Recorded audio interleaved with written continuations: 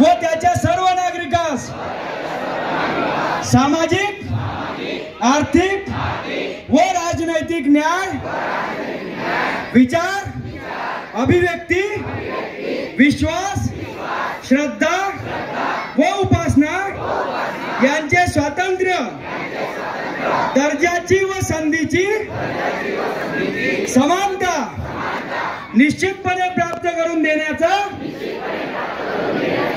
आणि त्या सर्वांमध्ये व्यक्तीची प्रतिष्ठा व राष्ट्राची एकता आणि एकात्मता यांचे आश्वासन देणारी बंधुता प्रवर्धित करण्याचा संकल्पपूर्वक निर्धार करून आमच्या विधानसभेत आज दिनांक 26 नोव्हेंबर 1949 रोजी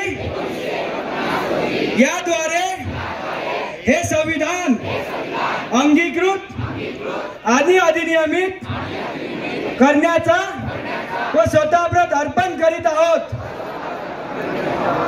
बोलो भारत माता की वंदे मातरम। इन्कलाब।